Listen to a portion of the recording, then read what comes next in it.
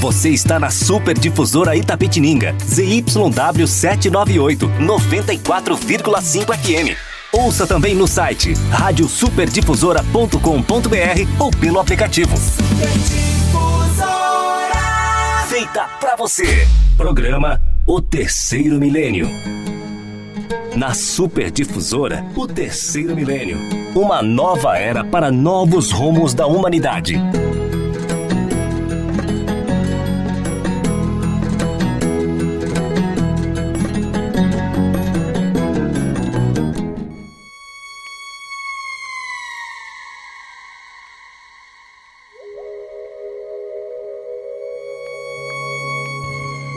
Bom dia, queridos ouvintes da Rádio Superdifusora. É com grande satisfação que estamos aqui mais um sábado reunidos para abordarmos mais um tema na ótica da doutrina espírita. E hoje um tema de muita importância e talvez de muita curiosidade para muitos simpatizantes, inclusive da doutrina, que é quem são e como vivem os espíritos. Conto hoje com a assistência técnica do nosso companheiro Rafael e a companhia da Fernanda, que vamos estar aqui discorrendo acerca do tema de hoje. Convidamos aos queridos ouvintes, aqueles que desejarem participar no ar pelo telefone 3271-2000.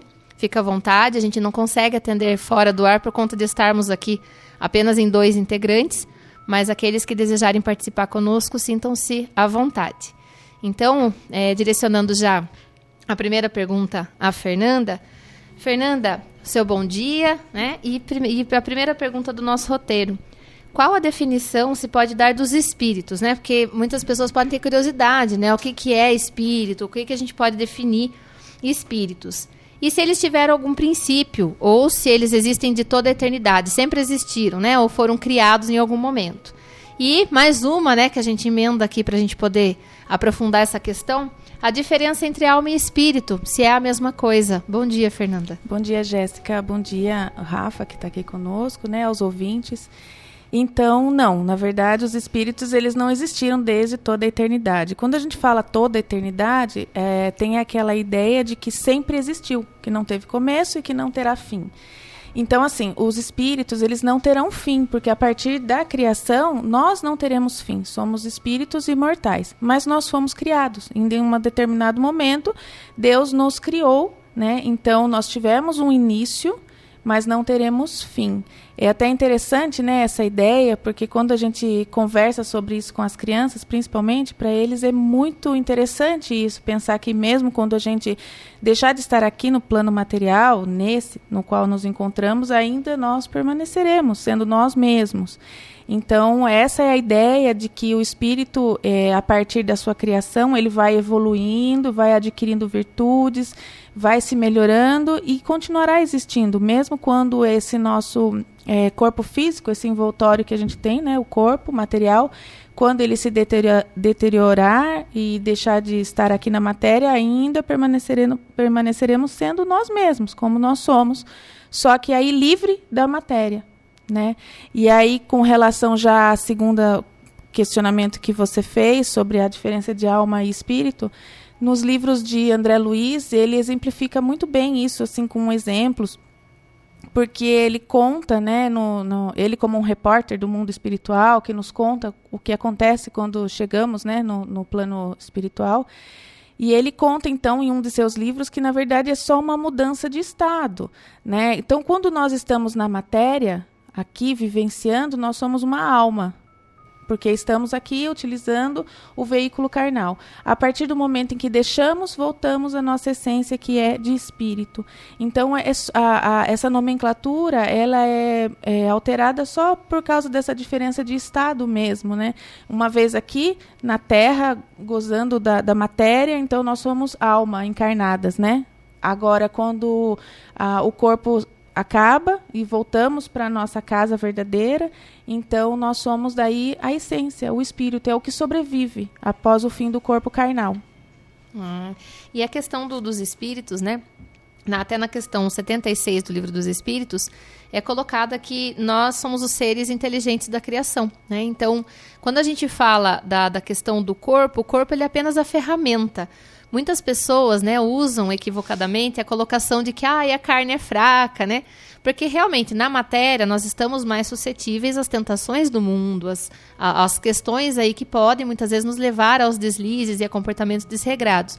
No entanto, não é o corpo que, em si, nos desperta essa vontade, esse desejo, porque esses desejos, ele vem do espírito.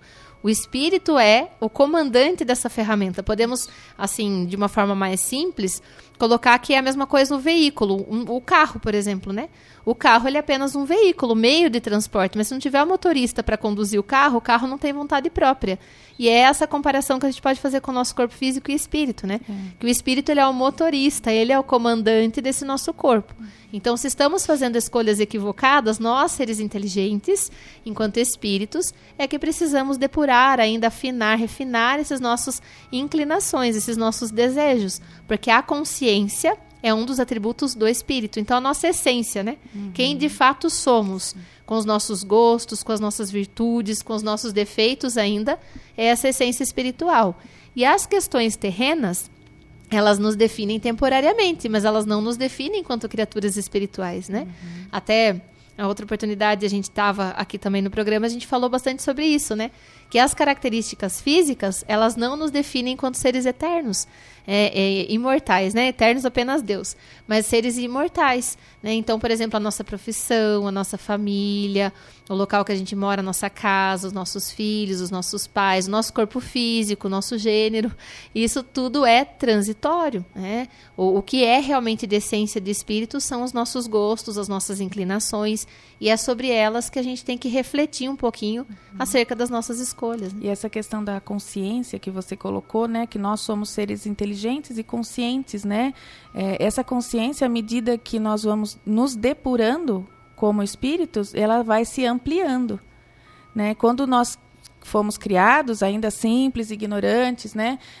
Nós tínhamos uma consciência muito mais limitada do que temos agora. Então, à medida que nós vamos entrando em contato, né, com o mundo físico, e aí ele vai nos proporcionando várias experiências, tanto emocionais como intelectuais, essa consciência ela vai sendo cada vez mais robusta, né, cada vez mais sendo mais fortalecida. E aí que entra a evolução espiritual que a gente fala, né, porque o corpo ele vai acabar e vai permanecer aqui, né? Agora, essa consciência adquirida, que vai se ampliando no decorrer das nossas experiências, aí a gente leva junto conosco para onde quer que a gente vá. Então, mesmo que em uma outra experiência na matéria, carregaremos toda aquela consciência que já foi, né, formada, que já foi trabalhada, que já foi adquirida em outros tempos. Então, por isso a importância também da gente sempre estar vigilante com relação a como eu tenho me comportado diante dessa evolução na qual eu preciso galgar por ela. Ela não vai vir facilmente, não vai chegar até mim, né? Eu preciso buscá-la. Então, a importância da gente dentro aí da correria do dia a dia, dentro dos nossos trabalhos que a gente reservar sim um tempo para o nosso ser espiritual, né, para abastecer o nosso ser espiritual, porque é ele que vai permanecer, é ele que vai ficar. Todo o resto nós não levaremos. Nós viemos sem nada e voltaremos sem nada, exceto pela consciência, né, e pela inteligência e pela moralidade que a gente adquirir. O resto tudo fica. Então, às vezes, a gente vê, as pessoas passam uma vida trabalhando e angariando por bens materiais somente, né? Mas tudo vai ficar. Tudo vai ficar. Nada nós vamos levar, exceto a experiência adquirida que vai formar a nossa moral, o nosso caráter e a nossa inteligência. Então, a importância da gente ter essa consciência e buscar por isso também no meio desse corre-corre que a gente vive, né, diariamente. Dar aos bens materiais a importância que eles têm de forma, né, limitada, equilibrada, porque eles nos servem enquanto estamos aqui na matéria, né? Então, buscarmos uma melhora, um conforto financeiro, uma estabilidade, não há nenhum pecado, nenhum crime em relação a isso. Mas o cuidado que se deve ter é gastar uma energia além do que necessário para ter apenas aquilo que é o básico para a gente sobreviver, né? Para a gente conseguir dar conta dessa nossa jornada. Isso. E é isso que você falou, quantas pessoas perdem a paz, perdem a saúde, gastam energias buscando apenas esses valores que ficam, que são coisas que nós não vamos levar verdadeiramente, né? Enquanto os tesouros da alma, que Jesus nos recomendou a gente adquirir, muitas vezes a gente acaba negligenciando e deixando para depois. E às vezes esse depois não chega, né? Porque é importante a gente fazer uma reflexão que, apesar de nós termos o entendimento da reencarnação, é importante colocar que cada oportunidade é única e cada oportunidade tem a sua importância que deve ser dada, né? Não é porque nós temos a visão reencarnacionista da questão de que a gente vai ter outra oportunidade para acertar, para refazer os nossos erros, porque isso é muito confortante. Porém, a gente não pode cair numa situação de comodismo também, de falar, deixa para a próxima. Tudo para depois, né? Já que tem outra, nessa aqui eu vou aproveitar mais. E deixa, porque, na verdade, nós vamos acabar colhendo os frutos daquilo que nós estamos plantando. Isso. Então, atrasar o progresso ou negligenciar comportamentos melhores que a gente pode ter hoje vão apenas acarretar sofrimentos e dores para a gente mesmo, né? A gente vê quanto é importante quando, diante de uma tribulação, de uma dificuldade, o quanto é importante que a gente esteja abastecido do Evangelho de Jesus. Porque, claro que por a gente conhecer, frequentar um núcleo religioso, nós não estamos isentos de problemas. Mas o quanto isso nos fortalece, né? O quanto é mais fácil você passar por algo, né, que a gente precisa passar aqui na vida material, né, com força, com resignação, com esperança, sabendo que tudo passa, que tudo tem um porquê. Então é um consolo, né? Quando a gente se fortalece internamente, a partir do Evangelho de Jesus, que é a luz, né, do mundo, que foi o que ele deixou para a gente, é muito mais fácil da gente passar por a tribulação. Não na questão de que ela vai sumir e desaparecer, porque eu sei que eu preciso passar para aquilo, mas aí a gente começa a olhar para aquela situação de uma outra forma, entendendo que eu não sou vítima dela, né? Entendendo que eu estou ali porque eu preciso estar ali, o que eu preciso aprender com essa situação. Então, a nossa consciência, né, que vai se ampliando, faz com que a gente amplie também o nosso olhar diante de tudo que nos acontece. E aí a gente vai conseguindo conduzir a nossa vida de forma mais equilibrada. Não sem problemas, mas com mais equilíbrio, né? Entendendo de que tudo isso, na verdade, é o remédio amargo que cada um de nós precisa, porque a gente está aqui para refazer, para reparar, para consertar, né? Como que eu vou reparar e consertar se eu viver no mar de rosas? Se eu viver, né, sem nenhum problema? Como eu vou treinar todas as minhas virtudes? Então, essa busca por essa essência, né, da evolução do espírito que é imortal faz com que a gente consiga seguir a nossa vida aqui na matéria de forma mais equilibrada, mais pacífica, né, buscando conduzir a nossa vida não criando problemas, mas desatando nós, né, porque às vezes a gente vai criando tantos problemas que a gente nem sabe qual foi o primeiro que surgiu, qual foi o primeiro, né? E aí a gente vai criando, chega um momento em que a gente vai precisar de tudo aquilo que a gente não buscou, que é o Evangelho de Jesus. O entendimento, ele vai dando para a gente um outro olhar, né? Uma compreensão. A informação doutrinária, ela nos traz o entendimento do porquê certas coisas acontecem, né? Uhum. E você falou dessa questão do empurrãozinho, né, para a gente evoluir. No livro Plenitude, a Joana fala muito sobre a dor e o sofrimento. E ela coloca que são impulsos, né? É um empurrãozinho para que realmente a gente possa crescer. Porque às vezes a gente se acomoda numa zona de conforto e que a gente quer que as coisas fiquem sempre ali estacionadas, mas se as coisas ficarem sempre assim, a gente não é convidado a desenvolver outras virtudes e potenciais. E que muitas vezes os desafios nos levam a desenvolver meio que na força ainda, né? Mas que é nessa forma de impulsão. Não é para nos derrotar, para nos desanimar, mas é para nos fazer crescer, amadurecer, Sim, né? Exatamente. E continuando, Fernanda, na questão do espírito, né? O espírito, ele tem alguma forma determinada, limitada e constante? Então, não, ele não tem uma forma fixa como o nosso corpo físico, né? Ele é maleável, né? E ele pode se amoldar, né? Se moldar e tomar outras formas a depender do ambiente em que ele se encontra. Com as crianças na evangelização, eles costumam falar, é engraçado como várias crianças em determinadas aulas diferentes, eles usam a mesma palavra para definir. Eles falam, é como se fosse uma gelatina.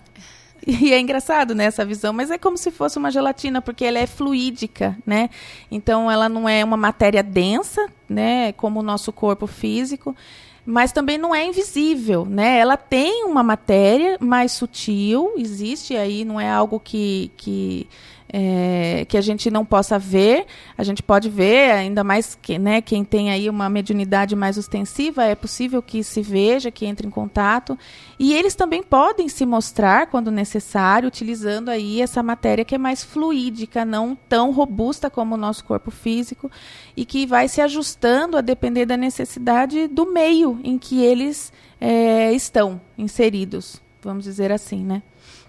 Na questão 88, né, do Livro dos Espíritos, é colocado assim que, para nós, né, o espírito parece não ter ainda uma forma, ele é semimaterial e que serve de veículo para... Ele é apenas uma questão que a gente pode colocar como se fosse um foco de luz, uma centelha, uma chama.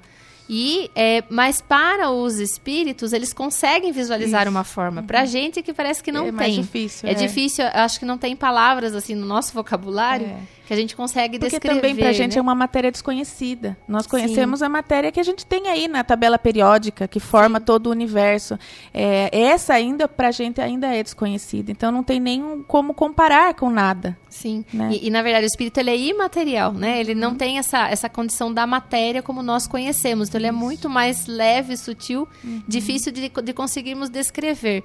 Tanto que quando muitas vezes a gente fala assim, eu vi um espírito, e muitas vezes a gente vê numa condição de uma forma, somente humana, às vezes um ente querido, alguém que a gente vê, é mais provável que nós tenhamos visto o perispírito do que o espírito, porque o espírito em si, ele é como se fosse um foco de luz, que pra gente a gente não consegue ver uma forma. No livro eles falam uma centelha, né? Isso, é uma centelha de luz.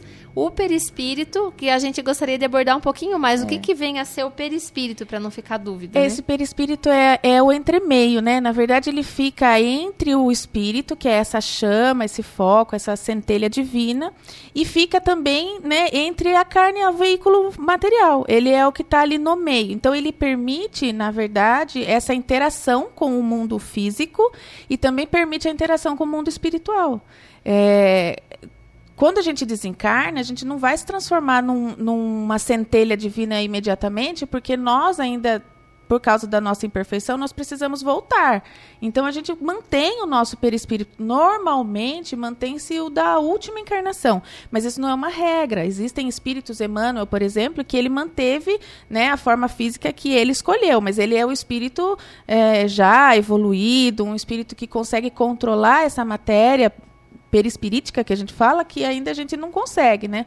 Mas, então, esse entremeio, né, que a gente fala, como com as crianças a gente fala que é como se fosse o abacate, né? Aquela carninha, a fruta que a gente come seria, no caso, o perispírito tem a casca, e tem a semente e tem o perispírito no meio.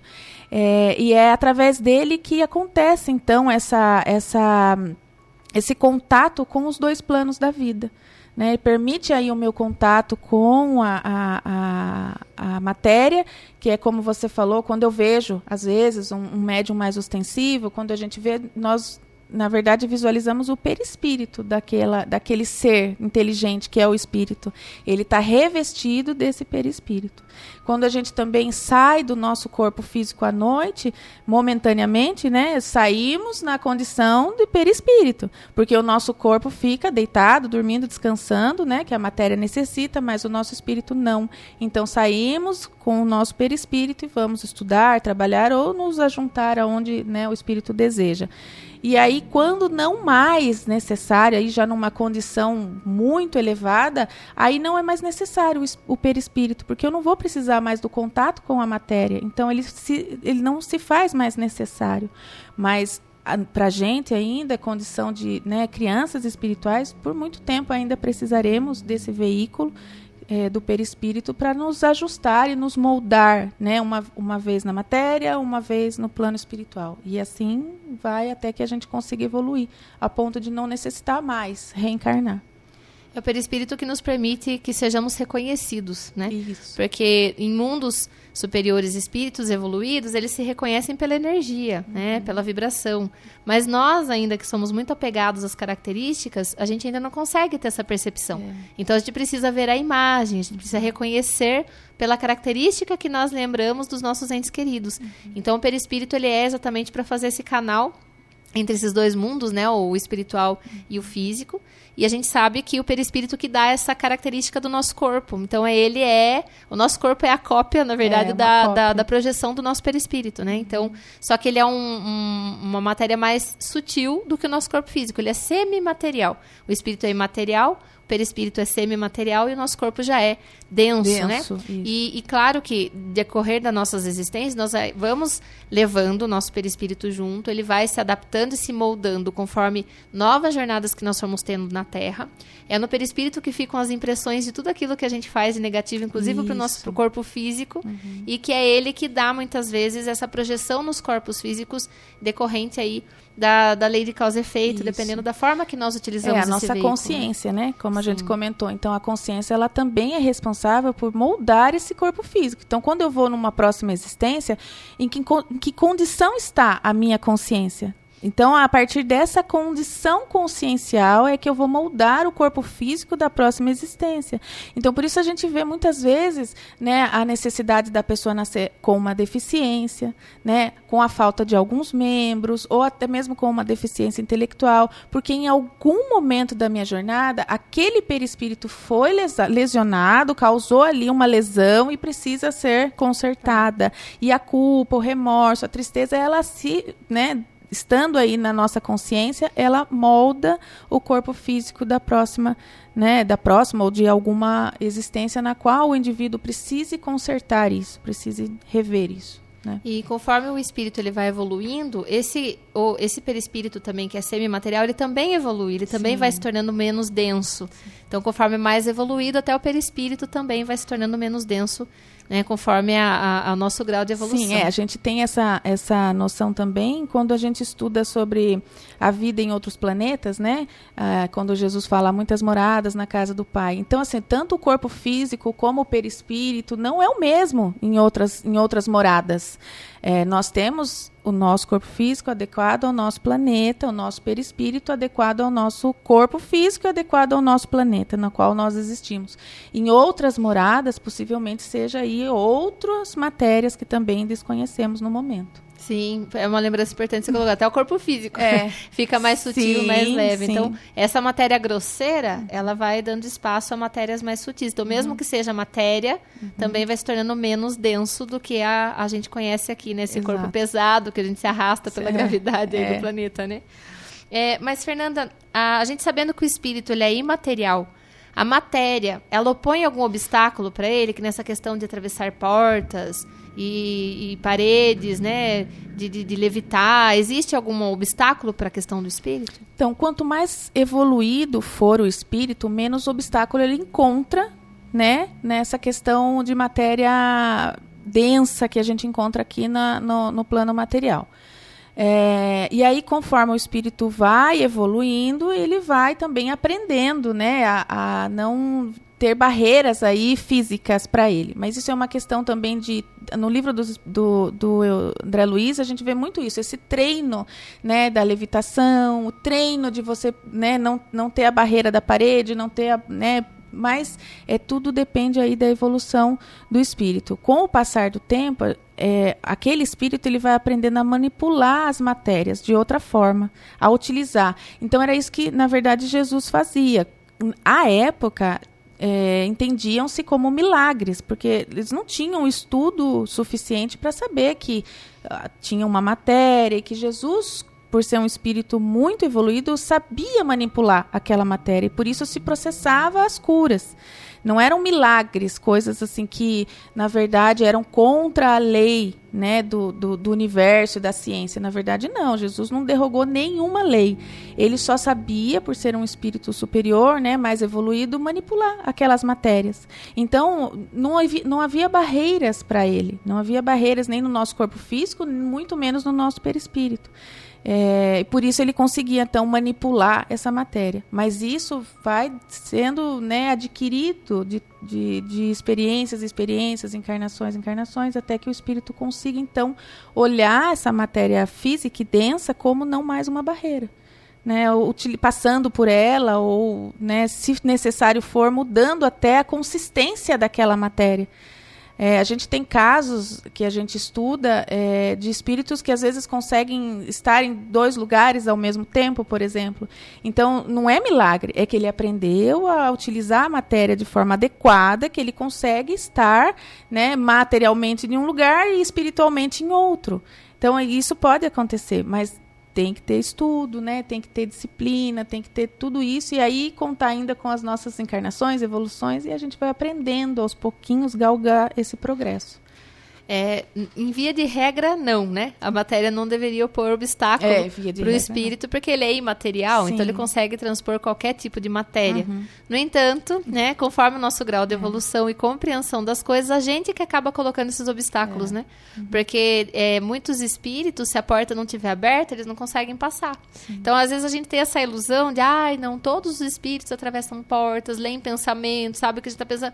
Depende da condição espiritual daquele espírito. Quanto mais apegado a gente é à matéria, maior é a sensação ainda da matéria em nós. Exato. Então, se a porta não estiver aberta, a gente não passa. Se não for falado em voz alta, a gente não escuta. Por isso que quando a gente faz também o Evangelho no Lar, me lembrei agora, é importante que seja em voz alta, né?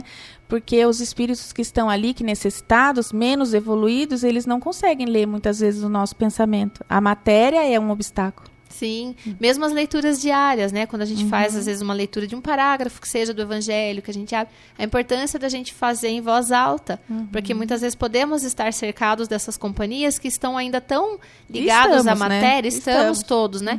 Tão ligados à matéria que a gente não consegue ter essa compreensão mais sutil só pelo pensamento, né? Por isso que também... A questão dos médiuns ainda é importante, né? Porque muitos espíritos só conseguem ver os encarnados, porque eles se sentem tão pertencentes ao mundo material que eles não conseguem sequer vislumbrar que estão fora da carne e ainda sem ter aquela sensação de estarem vivos na matéria. Eles têm necessidades físicas ainda. Necessidades físicas, os vícios que ainda carregavam ainda permanecem, esses desejos. Então, a gente vê que não é assim, desencarnou, pronto, é automático, né? Essa consciência. Na verdade, pela literatura, né, espírita, a gente tem relatos, né, de muitos espíritos que permanecem séculos ligados ao corpo físico, né, presos às necessidades físicas, né, seja dele próprio mesmo, quando estava vivo, ou de outrem, como, por exemplo, um espírito obsessor, que às vezes está ali próximo daquela pessoa, não porque ele quer mal àquela pessoa, mas porque ele necessita daquilo que a pessoa oferece a ele. Então, ele permanece ali, porque ele tem aquela necessidade física que ele tinha, né, quando ele ainda estava encarnado. Ele desconhece, então, que ele não precisa mais daquilo. Ele não tem mais, agora como espírito, ele não necessita mais aquelas experiências que a matéria nos proporciona, né? Então, mais uma vez, a gente reforça, né, a condição de que a gente precisa estudar e aproveitar o momento enquanto a gente está aqui. Porque muitas vezes, quando a gente está já no plano espiritual, é muito mais doloroso você fazer essa transição, né, de, por exemplo, eu tenho um vício aqui e vou deixar para sumir com esse vício lá. Às vezes não some, às vezes demora, né? Às vezes é muito mais doloroso. A nosso veículo material, por ser mais denso, ele nos protege de muita coisa. Né? Ele nos ajuda, principalmente com relação ao véu do passado que a gente não lembra. Há muita coisa a gente não tem acesso àquelas memórias antigas. Quando a gente sai do nosso corpo físico, pode ser que essas lembranças venham. Então, daí eu vou ter que lidar com o que eu fui antes, com tudo que eu causei antes, mais com o que eu adquiri nesta existência. Então, a importância dessa reforma íntima enquanto a gente está aqui. Que nem você falou, não deixar tudo para depois, porque às vezes a pessoa acha, né, mas quando eu morrer, eu decido o que eu vou fazer. Ou eu, né, não vou fazer mais isso, porque eu, né, por exemplo, uma pessoa que é viciada em comida, por exemplo. Eu vou parar de comer lá, porque lá não vai ter comida. Mas não é assim que funciona. Às vezes ela fica presa aqui, por essa necessidade desse vício, né, de suprir esse vício. E aí a pessoa vai sofrendo, o espírito sofre às vezes por séculos, até ter força e resignação de se modificar. Então é melhor começar já, melhor começar agora. Né? A caridade, ela é uma proposta para a gente exercitar exatamente esses desapegos, né? Porque se a gente não consegue desapegar de uma calça rasgada, como que vai ser quando a gente tiver que deixar corpo, tudo, família, casa e tudo, né? Fisicamente falando. Então, é uma oportunidade de exercício de desapego. Então, além de ajudar o outro, a gente ainda é convidado a diminuir esse apego, essa posse que a gente tem às coisas terrenas, né? E aí, Fernanda, quando a gente fala que o espírito ele é uma centelha de luz, né? Ele é uma chama, todos irradiam da mesma forma, no sentido da luminosidade? Não.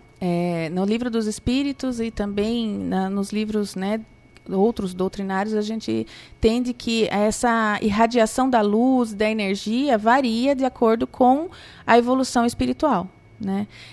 André Luiz, nos seus livros, ele fala que quanto mais evoluído for, mais irradiação e mais impacto daquela radiação terá, né, o espírito. Então, às vezes, quando a gente vê assim, um Divaldo, Chico Xavier, por exemplo, e eles sentem aquela energia dos mentores, né, Emmanuel e Joana, então a gente fica a imaginar quão grande é essa, né, essa dispersão de energia de Joana, por exemplo. Né, quando ela se aproxima de Divaldo. Ela não precisa nem dizer que é ela, ele não precisa nem enxergar ela, mas pela aquela energia que vai se aproximar, ele saberá certamente que é ela. E aí eu me lembrei também antes do Chico desencarnar, teve um episódio que a NASA fez uma pesquisa, né, com o Chico, sobre essa irradiação de energia do médium que ele despende, né? E aí nessa pesquisa a própria NASA se espantou muito, porque a irradiação do Chico era absolutamente muito maior do que de todos os outros.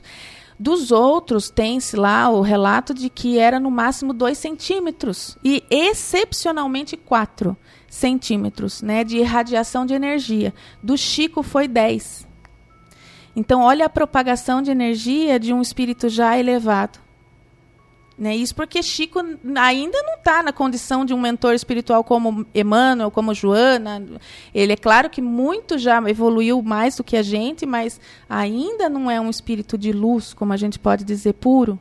Né? Ele ainda necessitou da encarnação e ainda, né, galga por evoluções espirituais. Mas conta aí essa reportagem de que quando o Chico até adentrou o local, alguns aparelhos até pararam de funcionar, né, por causa dessa dispersão de energia que ele doava.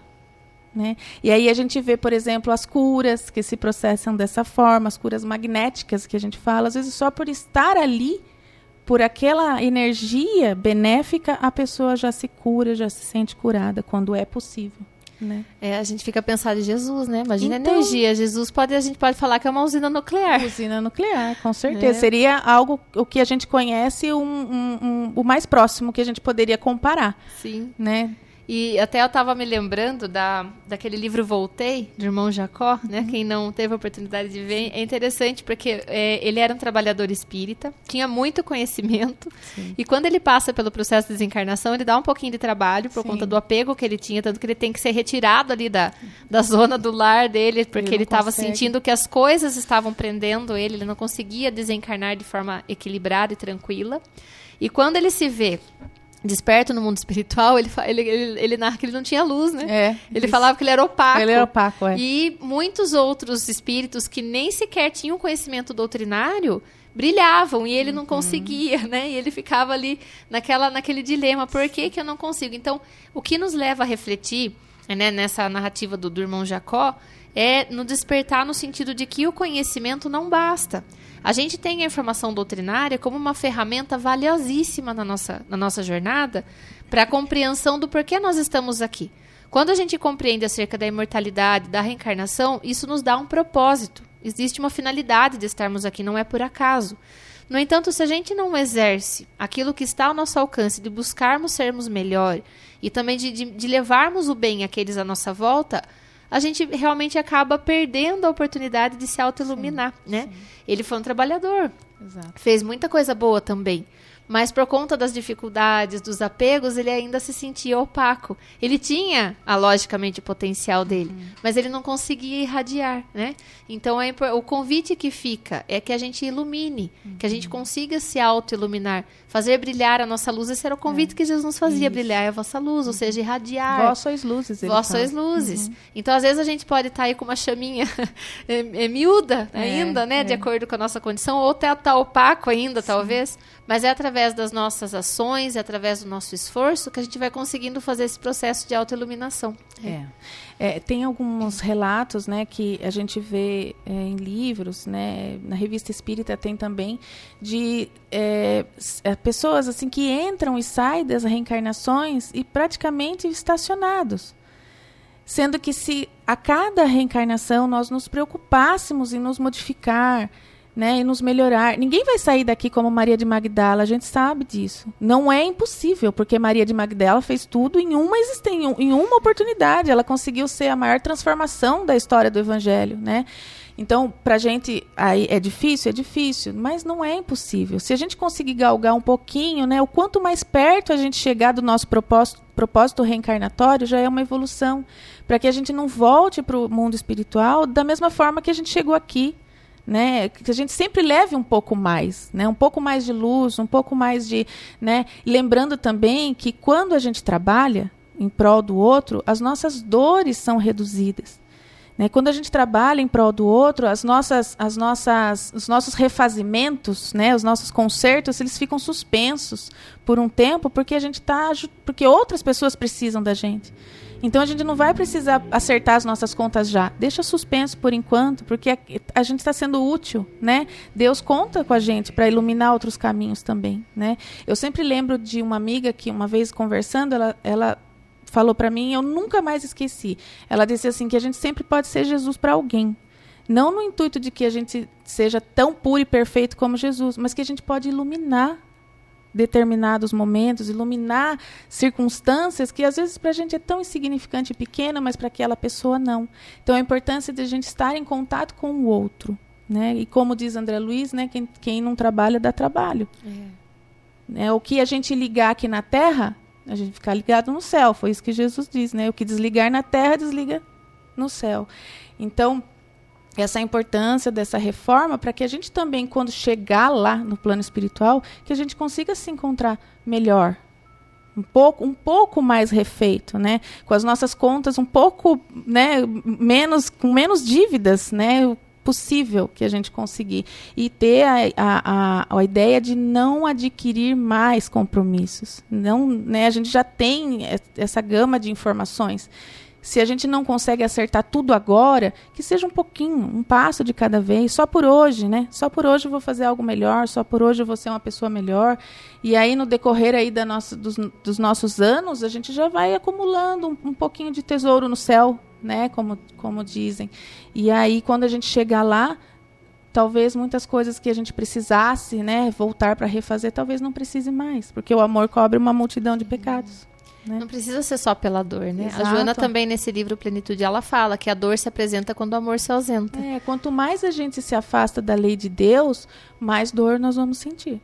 A dor, ela vem nos trazer de volta aos trilhos, né? Então, se tá chegando dor... É porque eu tô fora do trilho. Exatamente. Eu preciso ajustar o meu caminho. As nossas escolhas ainda estão equivocadas, né? Exato. E quando a gente fala, assim, Fernanda, de voltar ao plano espiritual, né? Muitas pessoas têm dúvidas, assim, se existe um espaço circunscrito. Existe um plano espiritual geográfico distante da Terra? São planos diferentes? Como que funciona essa parte da localização dos espíritos? Onde eles ficam, né? Então, Jesus fala, né? Toda a casa do Pai é habitada. Então, os espíritos não têm uma região geográfica limitada, como a gente tem um país, uma cidade, né? Não tem. Mas eles se agrupam, né? Pelas suas afinidades, né, e pelas necessidades também. Então, existe esse agrupamento. A gente sabe que existem colônias espirituais, locais, né, onde existem o tratamento para determinadas dores, determinados espíritos, e existem outros que se juntam, né, para uma determinada finalidade. É como aqui na Terra, nós temos amigos pela nossa finalidade, né, são os nossos afins. E aí, quando a gente livre do corpo, também a gente vai se juntar com os nossos afins. E isso também acontece no momento do sono. A importância da gente se preparar para dormir, sabendo de que o meu corpo físico permanecerá descansando e o meu espírito pode se juntar com aqueles a quem eu sou afim. Então, eu sou afinizada com o quê? enquanto eu estou, né, acordada no meu dia a dia. Se eu sou uma pessoa mais rebelde, mais rancorosa, mais enérgica, o meu afim, eu vou me juntar nessas regiões. Por isso que às vezes a gente acorda cansado, como se a gente tivesse lutado uma batalha, né? A gente dorme e não descansa. Porque às vezes eu não estou me preparando adequadamente e não estou seguindo o meu dia de forma também, a minha noite também acontece na preparação do meu dia. Então, se eu tenho um dia muito atribulado, a minha noite, o meu descanso não será muito produtivo. Às vezes, em determinados momentos, a gente pode sair do nosso corpo para estudar, para trabalhar, né, para aprender, para uma tarefa com o nosso mentor.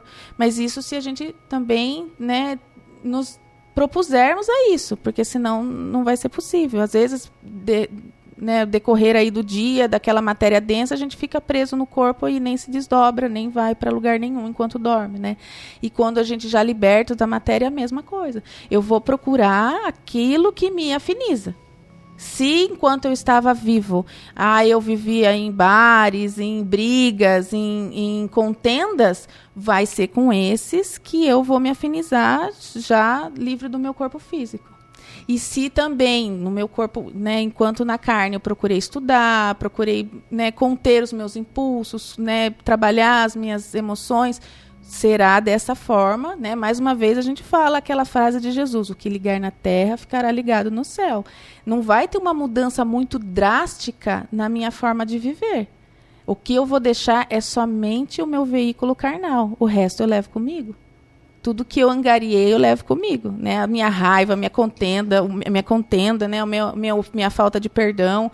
E vai ser com esses espíritos. Porque às vezes a gente vê assim que as pessoas não se preocupam muito com o dia a dia, mas quando morrer quer estar à direita de Jesus, né? Quer ir para o paraíso. Mas aí fica difícil. Porque a vibração é outra, né? Que nem a gente falou agora da irradiação de energia.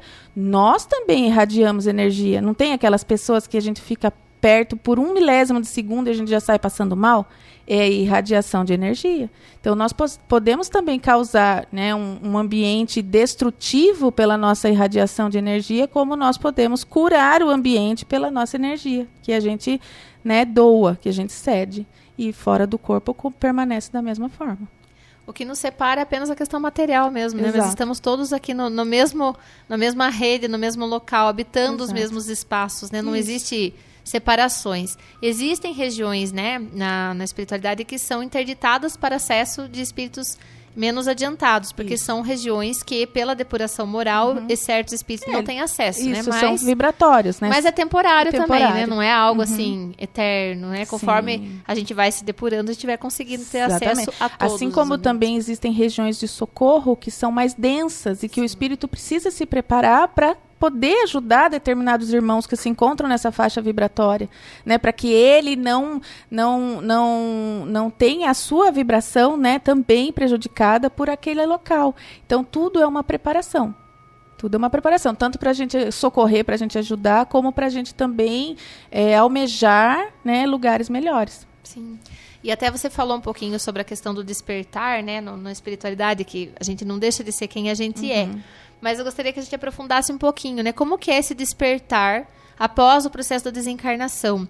Porque muitas vezes a gente tem aquele equívoco de dizer, descansou. Ou então a gente, para amenizar a vida que a pessoa teve, e agora tá no paraíso, tá no céu. Ou seja, é uma pessoa melhor agora porque deixou o corpo físico. Acontecem essas mudanças bruscas só pelo processo da desencarnação? Não, a gente segue sendo exatamente como a gente é, né? Totalmente. E aí esse despertar no mundo espiritual varia de acordo com a consciência do espírito. Se é um espírito que já tem consciência da vida espiritual, que ele já tem consciência de que ele vai chegar lá, ele vai trabalhar, né, ele vai seguir a jornada dele, o caminho evolutivo, como aqui na Terra nós também temos que seguir o nosso caminho evolutivo, logo ele vai ser desperto e poderá ter a oportunidade de aprender, de trabalhar, né, de evoluir um pouco mais enquanto está lá, para daí adquirir robustez, né, adquirir experiências, né, e orientações para um novo desafio na carne, por exemplo.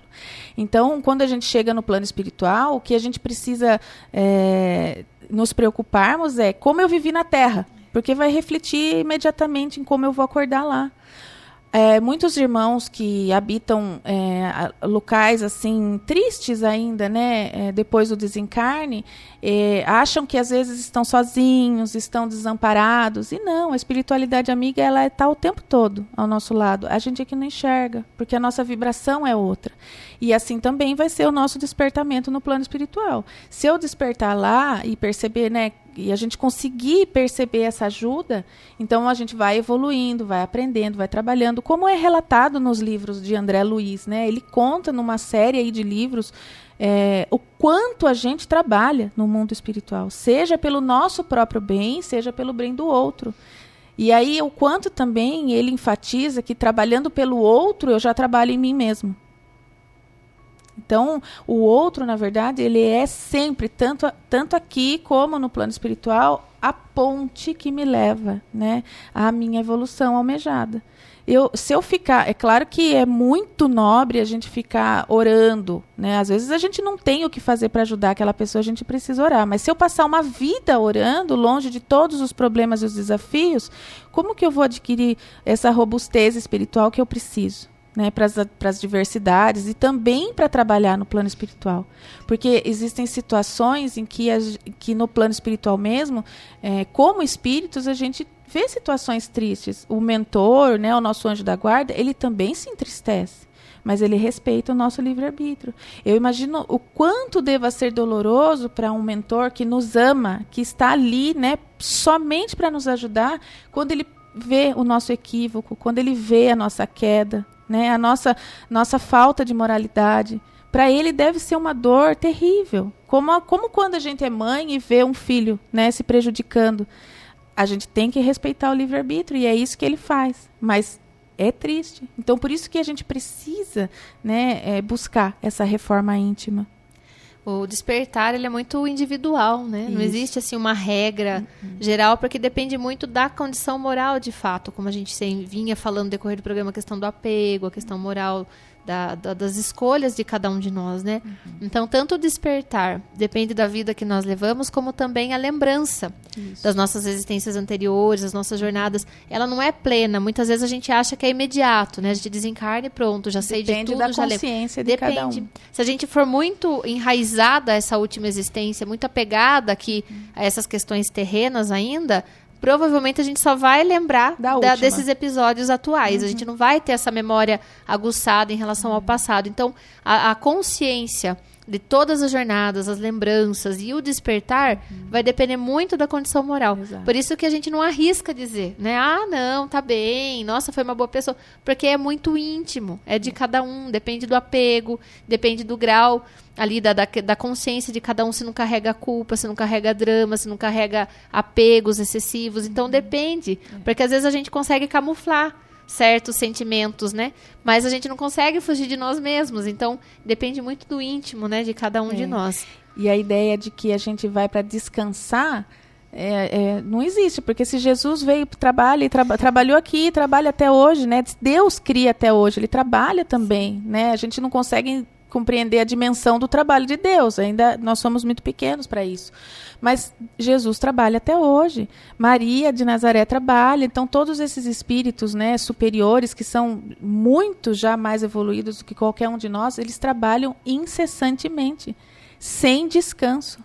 Sem descanso. Imagine nós, que ainda precisamos refazer tantas coisas, tantos caminhos, o quanto a gente precisa trabalhar, né? Não só aqui, mas lá também. Sim, e Deus é tão misericordioso que, sabendo das nossas dificuldades, Ele cria, né, estações intermediárias, né, entre a Terra e o plano espiritual de fato, porque quando a gente pega ali, por exemplo, o nosso lar, que a gente tem além do livro, tem filme também, né, para quem é mais visual, e lá é colocado, né, que existe o sono, existe a alimentação mais leve, mas existe por quê? Porque é um processo ali gradativo para que a gente realmente consiga se desprender da matéria. Então não é nada bruto, né, nada brusco.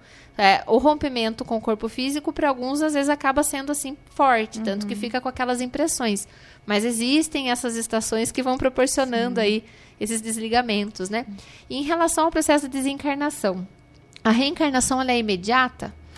Não, nem sempre. Existem exceções onde a reencarnação a gente chama de reencarnação compulsória. Mas isso acontece quando o espírito não pode participar efetivamente do seu planejamento espiritual, né? Como regra geral, assim, a gente tem... porque cada caso é um caso, né? Como você disse. Então, mas como regra geral, existe um planejamento, né, reencarnatório. Então, eu volto para o mundo espiritual, eu vou fazer lá o meu acerto de contas, eu vou colocar lá na balança tudo que eu fiz, tudo que eu tinha que ter feito, quanto mais próximo eu cheguei do meu objetivo, o que era muito importante que eu tinha que ter feito e não fiz, o que eu fiz a mais de combinado, que eu não tinha combinado, mas acabei fazendo. Então, é feito esse balanço. É feito também, né, no momento em que a gente volta, esse planejamento. Bom, o que eu preciso agora? O que eu preciso melhorar? Com quem que eu preciso acertar as contas? Então, junto com a espiritualidade superior, a gente faz aí um plano, né, de reencarnação para a próxima experiência na carne. E aí, os espíritos, né, com a autorização o espírito que vai reencarnar com a autorização dos espíritos superiores, ele vai ter uma outra experiência na carne com os objetivos pré-programados, né?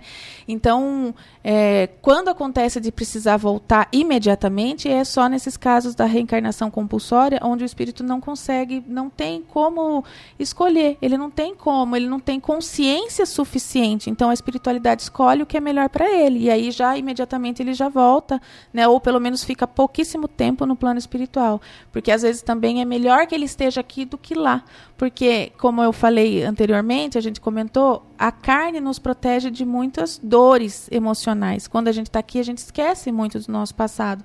E aí, para alguns espíritos, é insuportável saber o que aconteceu anteriormente, ou estar na condição espiritual, onde ele é alvo de outros espíritos, muitas vezes. Então, tem essas duas formas. Mas, como regra geral, a gente permanece um tempo lá, né, planejando, aprendendo, estudando, né, nos aprimorando para uma outra experiência na Terra. É o que a gente costuma dizer de erraticidade, né, Isso. Fernanda? Que é esse intervalo entre uma reencarnação e outra. Isso. Também não tem um tempo determinado, mas tem espíritos que ficam muitos anos, até centenas, às vezes, nesse processo de reflexão e preparação. Então, essa visão que a gente tem que falar, desencarnou meu pai, de repente, não, meu filho já é o meu pai, não é, assim, é complicado a gente colocar nessa condição, porque não é tão rápido, né? Existem situações compulsórias, como você colocou, mas são exceções. São exceções, isso. Em via de regra, não é tão rápido esse processo reencarnatório. Não. Existe esse período de reflexão, esse período de recomposição, de refazimento, para que aí o espírito possa ter um planejamento para próximas jornadas, né? Isso. E a gente não pode esquecer que a fila no plano espiritual é imensa de espíritos que estão aguardando a oportunidade de reencarnar. Por isso que a gente relembra e reforça a questão de que cada jornada é única, é importante, a gente tem que procurar dar o nosso melhor, porque para a gente poder ter outra oportunidade, depois pode ser que demore um bocadinho, Exato. né? E encontrar com a pessoa que a gente precisa, né? Com as experiências que a gente precisa. Porque às vezes a hora a pessoa está aqui, a hora está no plano espiritual. Aí às vezes eu estou aqui, mas a pessoa não está. Então, combinar todas essas oportunidades é muito difícil, depende de um planejamento muito grande. Então, por isso a importância mesmo da gente aproveitar enquanto a gente está aqui. Aproveitar no bom sentido, não aproveitar no sentido de não fazer nada, né? Aproveitar na doutrina espírita é aproveitar cada momento como se fosse o último, com consciência, com responsabilidade. Do que importa, né? Exatamente, com os verdadeiros valores, né? Para a gente encerrar o programa, Fernanda, a gente não pode deixar de falar de Jesus, né? E aí eu queria falar se Jesus ele é nosso modelo e guia. Ele teve o mesmo princípio de criação do nosso? Sim, né? Deus criou a todos simples e ignorante. Jesus é o nosso irmão mais velho. Ele é um irmão que, né, que trilhou a mesma jornada de experiências, de desafios, né? E foi, né, também se lapidando, se construindo, e hoje ele adquiriu, né, uma determinada evolução que ele pode ser o governador de um planeta, né? Pode ser modelo e guia para todos os habitantes desse planeta. Mas inicialmente Deus cria todos iguais, simples e ignorantes. Então não há privilégio na criação divina, não há privilégio. Né? Isso que é o nosso consolo, que um dia a gente vai chegar lá também. Vai chegar lá. Então agradecemos a todos os ouvintes pela paciência, pela participação, e esperamos todos no próximo sábado para mais um programa Terceiro Milênio, uma nova era para novos rumos da humanidade. Até lá!